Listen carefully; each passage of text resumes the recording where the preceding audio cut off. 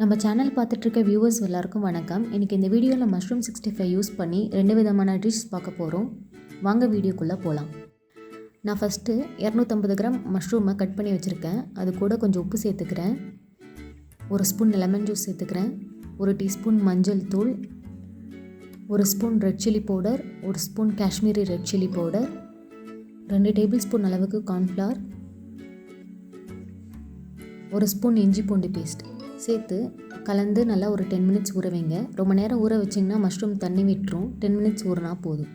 இப்போ ஒரு பேனில் தண்ணி சுட வச்சுருக்கேன். அது கூட 1 ஸ்பூன் எண்ணெய் சேர்த்துக்கிறேன். கொஞ்சமாக உப்பு சேர்த்துக்கிறேன்.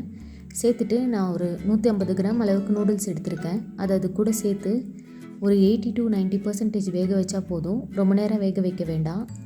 வெந்ததுக்கப்புறம் அதை பச்சை தண்ணியை ஊற்றி அலசி தனியாக எடுத்து வச்சுக்கோங்க.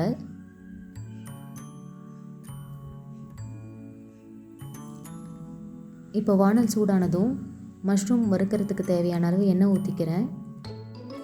இப்போ நம்ம ஊற வச்சுருக்கிற மஷ்ரூமை அதில் சேர்த்து நல்லா கிறிஸ்பியாக ஃப்ரை பண்ணி எடுத்துக்கலாம். இந்த மாதிரி நம்ம எல்லா மஷ்ரூமும் ஃப்ரை பண்ணி எடுத்துக்கலாம். அதே எண்ணெயில் நான் 1 ஸ்பூன் நறுக்கின பூண்டு, 1 பச்சை மிளகாய் நறுக்கி வச்சுருக்கேன், அதை சேர்த்துக்கிறேன். சேர்த்துட்டு நல்லா மிக்ஸ் பண்ணிக்கோங்க. 1 வெங்காயத்தை மெலிசாக நறுக்கி வச்சுருக்கேன், அதையும் சேர்த்துக்கிறேன். 1/2 கப் கேரட், 1/2 கப் கேப்சிகம் அதையும் சேர்த்துக்கிறேன். 1/2 கப் முட்டைக்கோஸ், 1/4 கப் அளவுக்கு பீன்ஸ் சேர்த்து நல்லா மிக்ஸ் பண்ணிக்கோங்க.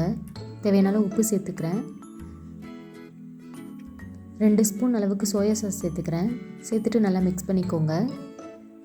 2 ஸ்பூன் டொமேட்டோ சாஸ், 1 ஸ்பூன் அளவுக்கு மிளகுத்தூள் சேர்த்து நல்லா மிக்ஸ் பண்ணிக்கோங்க. இப்போ நம்ம பொரிச்சு வச்சுருக்கிற மஷ்ரூமில் பாதி இதில் சேர்த்துக்கோங்க. சேர்த்துட்டு நல்லா மிக்ஸ் பண்ணிக்கோங்க. இப்போ நம்ம வேக வச்சு வச்சுருக்கிற நூடுல்ஸையும் இது கூட சேர்த்து நல்லா மிக்ஸ் பண்ணிக்கலாம்.